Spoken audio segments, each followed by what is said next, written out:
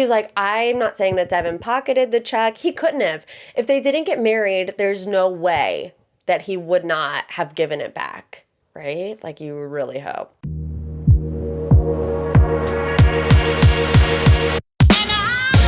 Hello, and welcome to another episode of Morgan's Pop Talks, breaking down the latest in reality TV and pop culture live from a bathroom in Nashville. Yep. Your girl's on the move. She's making business moves right now. I feel like a little bit of a celebrity. If you're watching this on YouTube, I feel like I'm in the Britney Spears music video. And they say she's so lucky. Like, there's those kind of lights behind me. I'm feeling it. Yes, it's a bathroom. But, you know, desperate times call for desperate measures. So it's a makeshift studio for today. I'm literally sitting right next to the rainfall shower. So if you do hear some echo, just know I'm trying my best, okay? Morg, why you in Nashville? Well, I got invited to a little event for Farmer Wants a Wife. Me. Isn't that funny? I mean, I would never be a participant on Farmer Wants a Wife. If you know me, you know I'm attracted to like the opposite. No disrespect to the farming community. Like, trust me, if that's what you're into, I totally get it. But for me, I like, the skinny emo boys who play soccer. That's my husband, right? But hey, I'm living life. I'm saying yes in the year 2025 because I want to live. You only got one life to live. You might as well live it. So here I am going there this evening. I do have some horrible news to share with you today. As you guys know, I have been on a health journey to figure out what's going on with my nostrils. I'm sure you can still hear it. Well, went to the allergist, still have the battle wounds to prove it. 65 allergy shots later, guess what? Guess what the allergist had the nerve to tell me last week? I'm allergic to my dog. My only reason for living, beside my husband, my pride and joy, like the one thing that brings me constant joy in my life, besides my husband, I'm allergic to my dog. You're joking. You're joking, right? That's what he told me. That's what he told me. So the dog is not allowed to sleep in the bed anymore. Just kill me, why don't you? I don't know. What am I supposed to do? Like, my dog is the adult equivalent to a teddy bear that I had when I was 5 years old. I can't let my dog sleep on the floor. What are you, nuts? What are you, nuts, doc? So I don't know what we're going to do. I'm actually supposed to start allergy shots because the doctor was like, look, girl, I know you don't want to get rid of your dog. I'm like, no, it's not that I don't want to get rid of my dog. I'm not. So shoot me up, doc. Whatever you got to do, do it. I've also just been paying attention to the allergy symptoms here in Nashville because, I'm not entirely convinced that I'm allergic to my dog. I mean, I know I lit up like a light bright on the allergy test. But like, I still sound nasally here and I'm not with my dog. So what's the real problem, doc? I don't know. Do I need to go to an ENT? I know I'm not supposed to use this as like, my own little therapy session, but here I am. Actually, you know what? I can do whatever the heck I want. So let me know. Let me know if you think I need to go to an ENT before I start getting allergy shots. I'm supposed to start getting them like ASAP. So, because the dog's not going anywhere, buddy. That's what I wanted to say to the allergist.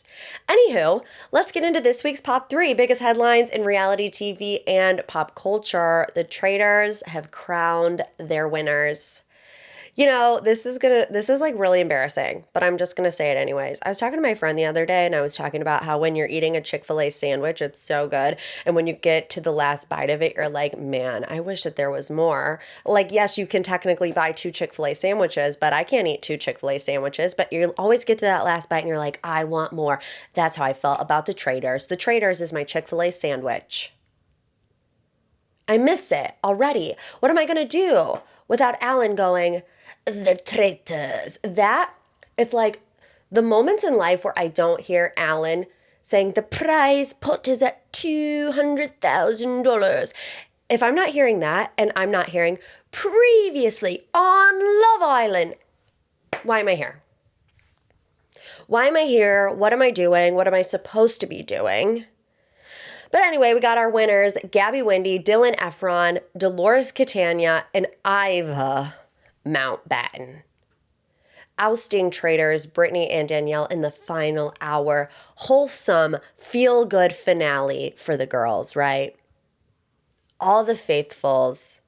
Brittany did vote out Danielle. And I'm going to teach you how to watch a show, okay? Because everybody's like, oh, did Brittany actually vote out Danielle? You have to pay attention to the context clues. It was not a coincidence that the season of The Traitors started with rehashing old history between Brittany and Danielle. Now, of course, in the moment, we were kind of like, oh, that's a little odd. But they went into detail, and they didn't really do that for Survivor contestants. You know, Tony has a lot of history with Rob. They didn't get into that. Jeremy, same thing. They specifically focused on Brittany and Danielle. Well, that moment came full circle at the end, right? Also, if you remember, it was a tie between Ivor and Danielle, right? So in that moment before the cliffhanger, Danielle was begging Dylan, please change your vote. Dylan, are you really going to do this to me? Dylan, blah, blah, blah, blah, blah. The producers know who these people vote for, right? So the reading of the second votes starts with Dylan. If Dylan was going to be the swing vote, they would have started at the opposite side of the table or one over from the table, right? Because they want to save the most dramatic vote for last. So when I see they start with Dylan, I'm like, okay, it's either a tie, obviously, or Brittany flipped. So then they go around and they get to Brittany and they end it.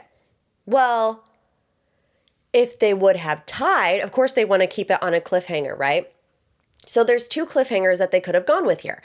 If they would have tied, it would have been like Alan came in, right, and was like, well, what? I don't know how to do it. I can only say the traitors. Well, what an interesting situation we find ourselves in. Fade to black, drone shot over the castle, right? Pyrotechnics. They could have done that if it was a tie. But it wasn't because Brittany flapperooed, and I was so happy about it. Gabby and Dylan, the people's champs. Breakout stars. Dolores, I don't even know if she knew she was in Scotland, but I'm happy that she made it to the end. Ivor couldn't tell you a thing about him. Couldn't tell you a thing about him. But, you know, I feel like if we have to take Dolores and Ivor to get Gabby and Dylan, that's what we're going to do. Ivor, thanks for coming. Dolores, thanks for being here. If you want more Traitors talk, David and I dived deep into it on this week's episode of Seriously. Just make sure you search The Seriously Show wherever you get your podcasts. It's on YouTube, it's on Apple, it's on Spotify. We talked about it a lot, but I got to move on. All right, next up in this week's Pop 3, The Secret Lives of Mormon Wives. Season 2 is back and they're bringing on a swinger, the return of the swingers, Miranda McWhorter, okay? All of the original cast of Season 1 is coming back, plus this girl that was in an entanglement with Taylor Frankie Paul, her ex-husband, okay? So this is what the press release says from Hulu. The scandalous world of Mormon mom talk is back and bigger than ever when an original swinger from their infamous sex scandal makes a surprise return.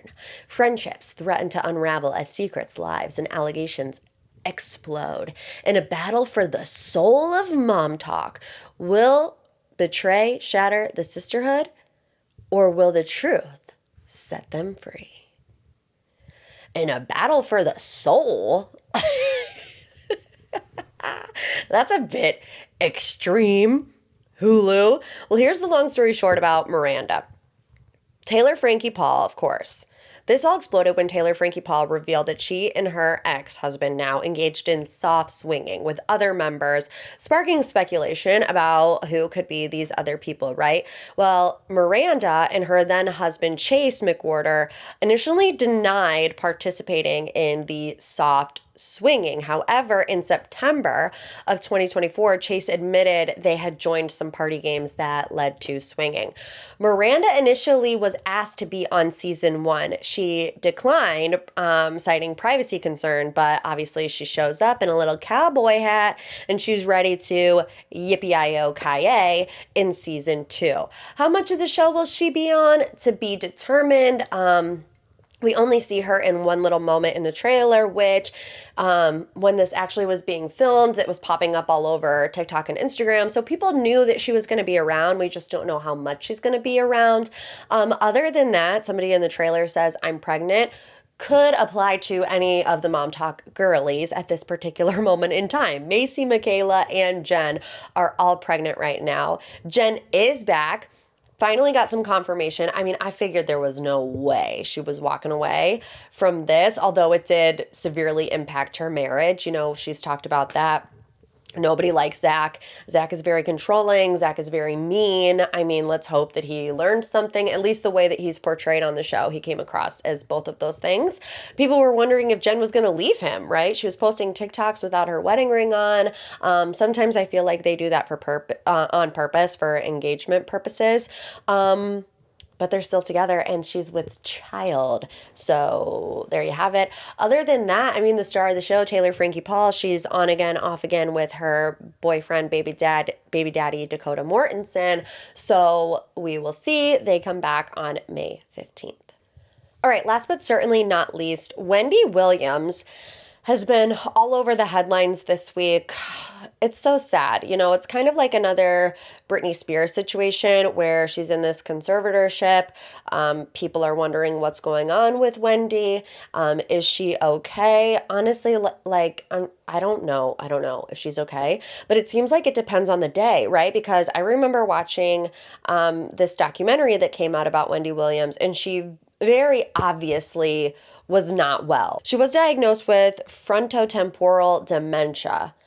But now she's calling up TMZ and she's sounding like 100% coherent. She's going on morning shows. She's going to be on The View at the end of this week. So in case you don't know, in case you live under a rock, Wendy Williams was the talk show host, the radio personality, media mogul. I mean, she paved the way for us talkers to talk, right? Best known for The Wendy Williams Show, her famous purple chair. It started in 2008 and went on until 2021.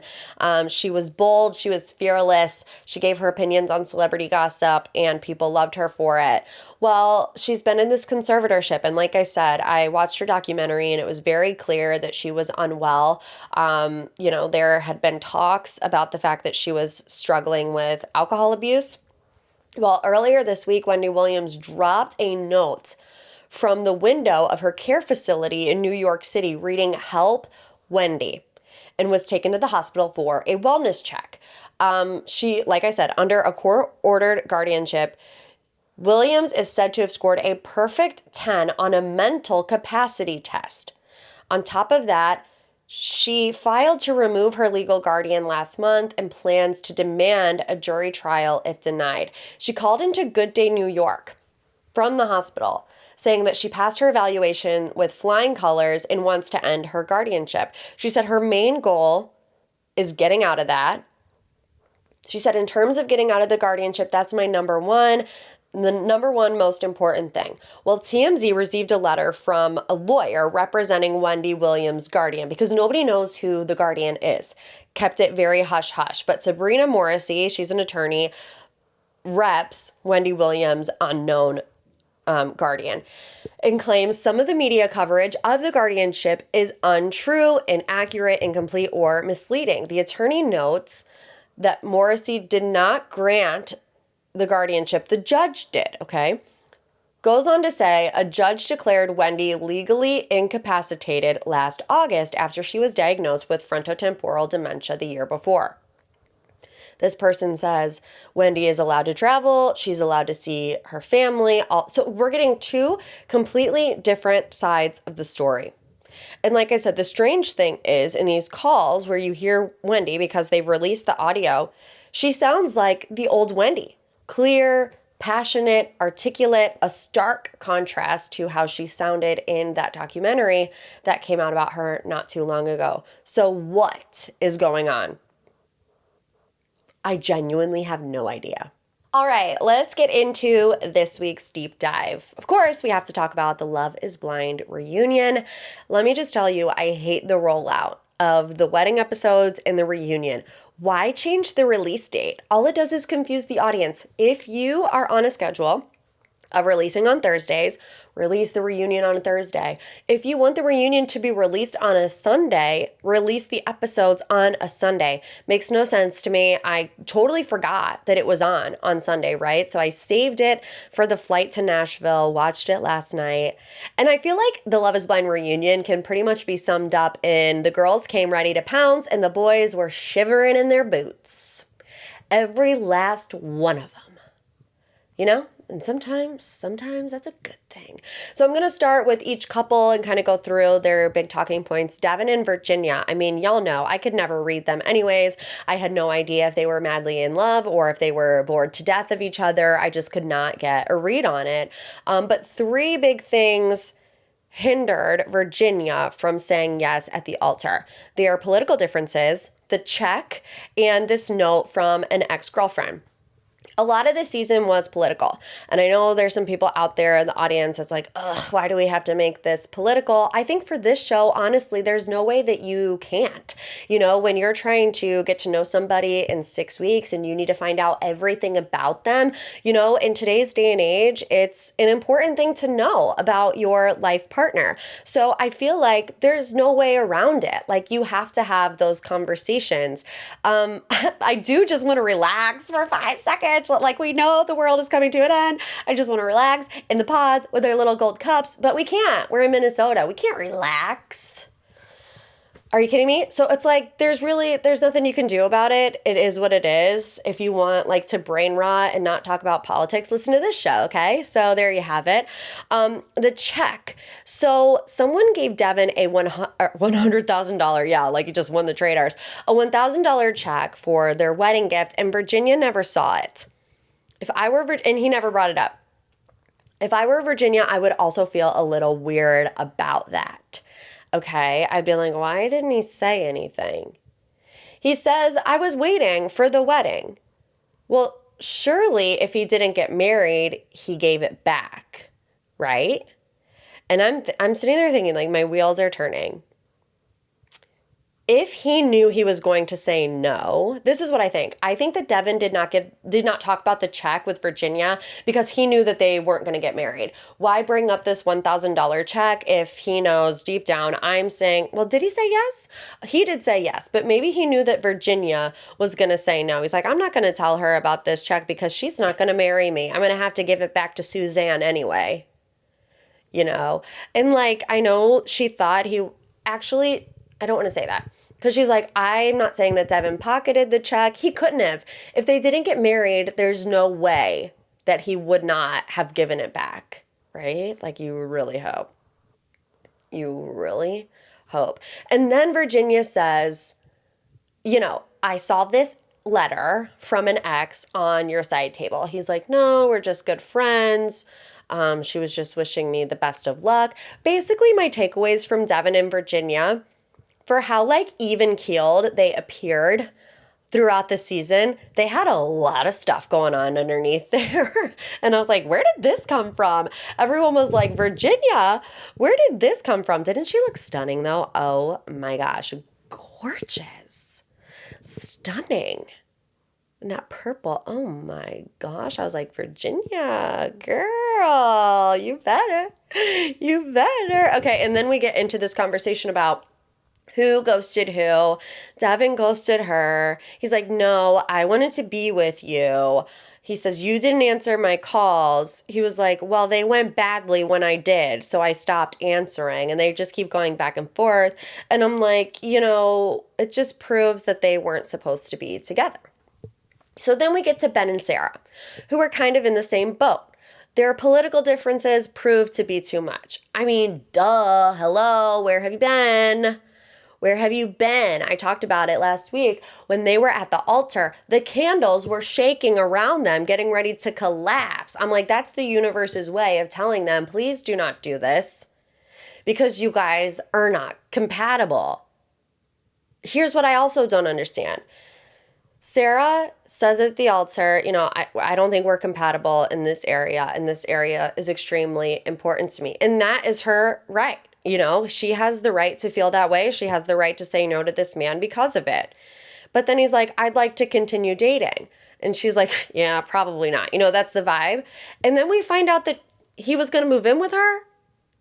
I don't understand it. There was a lot of confusion around after the altar, right? Where she was in Minnesota, she was coming to Nashville. Ben was supposed to come with her.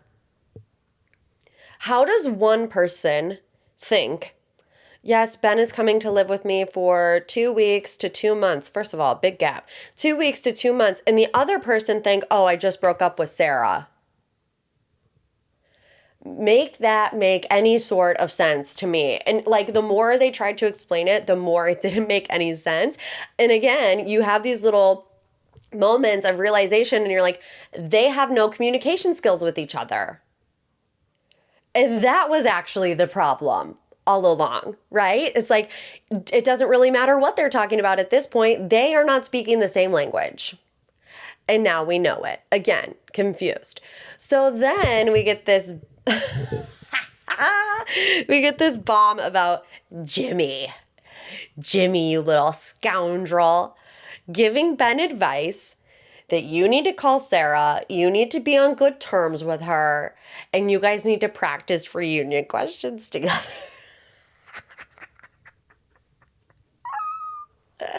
Why do I feel like Jimmy and Ben would be like best friends? That's how I feel, right? They would just be two little peas in a weasel pod. Those two. I will say, I don't think that Ben's YouTube is going all that well. I tried to search for it, couldn't find it. I did see the YouTube cards from a long time ago, and I'm like, I just... Happy they didn't get married, right? Happy they didn't get married. Monica and Joey, I feel a little bamboozled by them, if I'm being honest. We were all ready to come for Monica's sister for calling Joey disingenuous. Come to find out, neither one of them ever said I love you to the other person. I'm sorry, what? You got engaged without saying I love you to each other?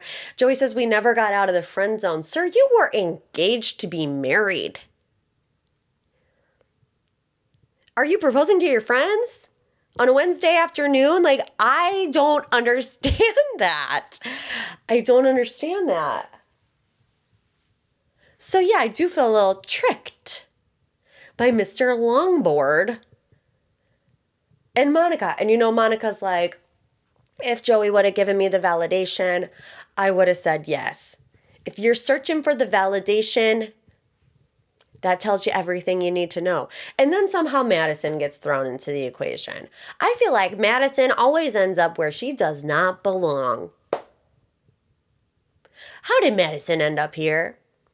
Joey DM'd her about liking her pink hair. I can't. Then we get to Dave and Lauren, the moment we've all been waiting for. Well, wouldn't you know, Dave regrets how he handled the situation with Lauren, the one who got away, he says. Well, duh, you snooze, you lose, Mr. Dave. Lauren's like, sorry, I'm light years ahead of you in the emotional maturity department. They always come back, ladies and gents. They always come back. This time in front of a live studio audience, which causes some pause for our girl Lauren. The emotional intelligence she has.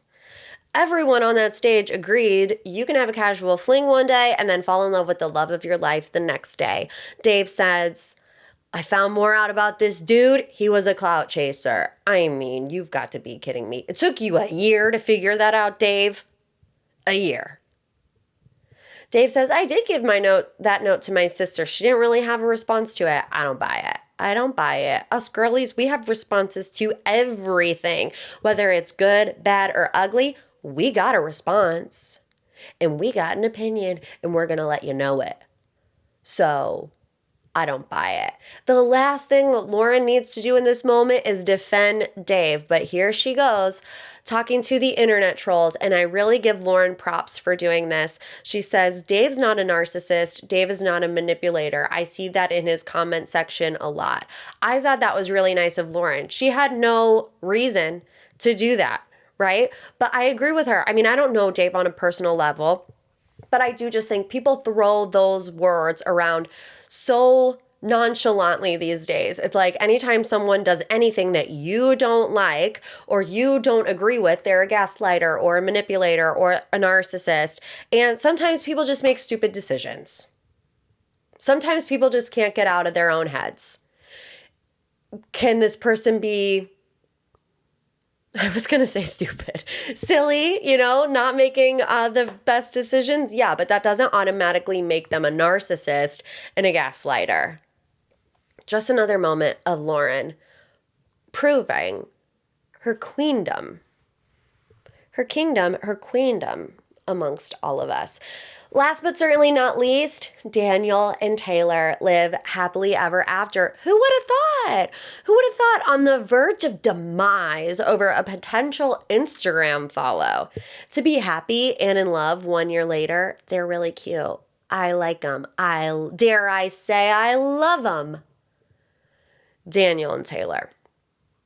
I think what I have realized coming out of this is, when you want to figure out who's going to be together, you look for the couple that's the calmest, right?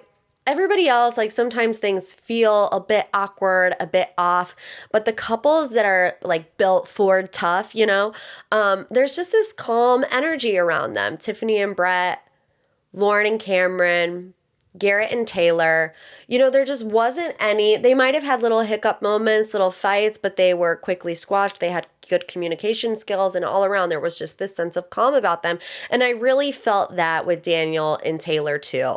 I just felt like, whatever they went through, there was always just this peace about the two of them being together, their families really enjoying one another. So when you know, I know it sounds a little corny, but it's true. Overall, where are they going next? Denver, Colorado, they're going to next. They're coming to my neck of the woods after that. Cleveland, Columbus, Cincinnati. I'm ready for my Cleveland people to just embarrass the life out of me and make me want to never admit that I'm from Cleveland. I'm ready for it because I know that's what's going to happen. Watch like one of my exes ends up because Cleveland is chock full of them. Not my exes. I never dated anybody because I didn't really like anybody. But, I was single once. I was on the dating scene once. I was going to get tacos with boys that I didn't really like and thought were annoying and excruciating to talk to. Anyways, final thoughts. The Valley Season 2 trailer. Wow, The Valley Season 2 is back and the trailer was explosive. Is the Valley coming for Vanderpump Rules' #1 spot? I mean, I personally don't think that Vanderpump Rules is #1 anymore. Obviously, they got canceled. I think Summer House is the best show on television right now, on Bravo at least. But the Valley, they're ready to make their mark.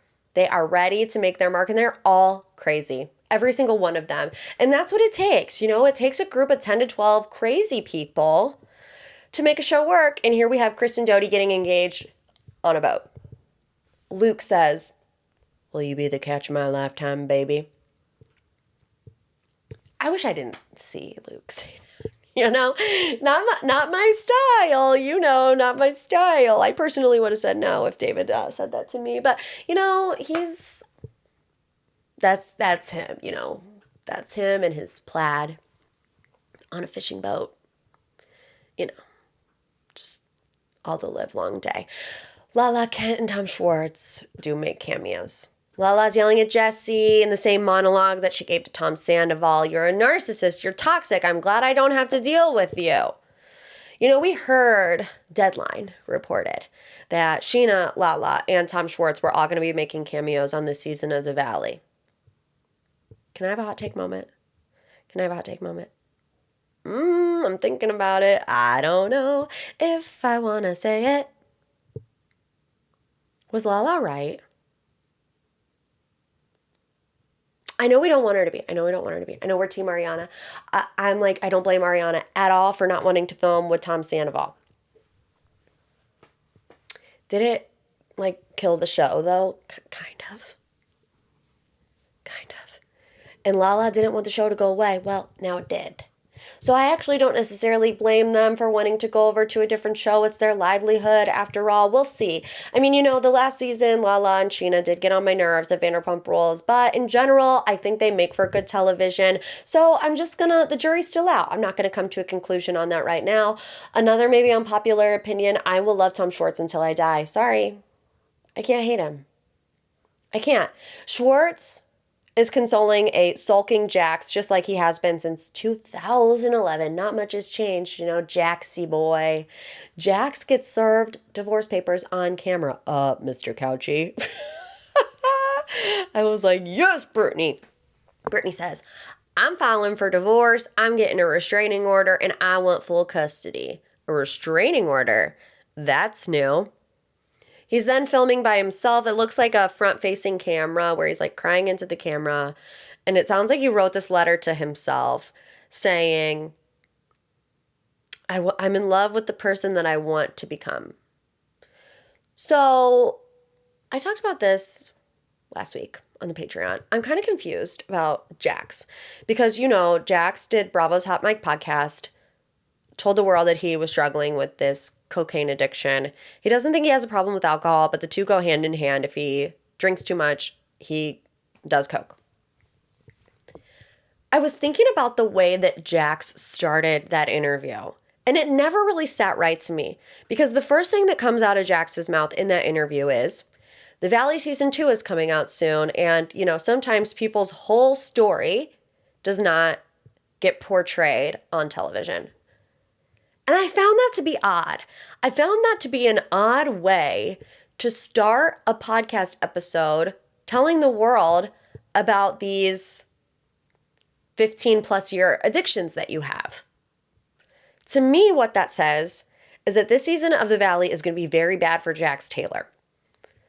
I'm also like, well, when has Jax Taylor had a good season of any show that he's been on? Why does he care so much about this particular season of The Valley? Unless something really bad happened. Then he's got to get in front of it. A lot of people have an issue or have a hard time finding Jax to be a genuine person because historically he's been the little boy who cried wolf, right? Every season of Vanderpump Rules, he showed up as the best version of himself to just slip back into his old ways. So while I am extremely, you guys know, I'm extremely sensitive about the topic of sobriety because it hits close to home. I want to give Jax the benefit of the doubt that he's getting sober for all the right reasons, and he made the announcement to maybe hold himself accountable or, find himself in a better place. I want to see how the season plays out because, like I said, it's just an odd way to start that podcast talking about how something bad happened. Something bad happened. That's the only way that I think that those two sentences make sense to say. So anyways, Michelle and Jesse, another disastrous relationship. Jesse says, Michelle did cheat on me. Then he says he has evidence that she's sleeping with a billionaire for $1,500 a night. She calls him a drunk. He calls her a hooker. And that's all I need to know about Jessie Lally. She's like, I'm the mother of your children. Throws the drink on him. I'm like, period, shut it down. Like, it doesn't matter. What she's doing is none of your business anymore, Jesse. You guys are separated, and you're going to call her a hooker on national television when she's the mother of your child. Loser behavior. Janet, pretty uninvolved in the trailer until Kristen says, Jason takes off his wedding band when he goes out. Then somebody also says, Danny drinks too much and is handsy and is inappropriate. Everybody's having a mental breakdown. It's like, Oprah, you get a mentee B, you get a mentee B, you get a mentee B. Everybody's crying, everybody's fighting, everybody is exchanging explicitives. And for some reason, that makes us feel comfort in our soul, right? You're like, oh, finally I can take a load off and watch these people's lives implode. I don't know what that says about us, guys.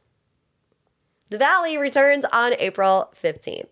All right, thank you for tuning in live from the bathroom in Nashville. I hope it wasn't too terrible. I hope it wasn't too echoey. I like the setup, like I said. And they say she's a lucky. I need to find a billboard and a pink robe so I can sprinkle glitter all over the streets of Nashville. That's how I'm feeling right about now. I am going to go to Craig Conover's Sewing Down South right up the road, so that's where I'll be. I'll see you later. Leave a review, a little 5-star boop boop, a little love you like a sis. Make sure you check out the Seriously Show. New episodes every Tuesday with me and David. We talked a lot about Love is Blind and, like I said, the Traitors, along with some other stuff. If you're looking for comedy podcast to escape reality, that is the one to do it. Search the Seriously Show wherever you get your podcasts. If not, I'll see you back for Survivor Thursday on the Patreon, and then Bravo Friday on the Patreon as well, patreon.com/Morgan's Pop Talks. I'll see you later, maybe in a cowboy hat. Probably not. Love you like a sis.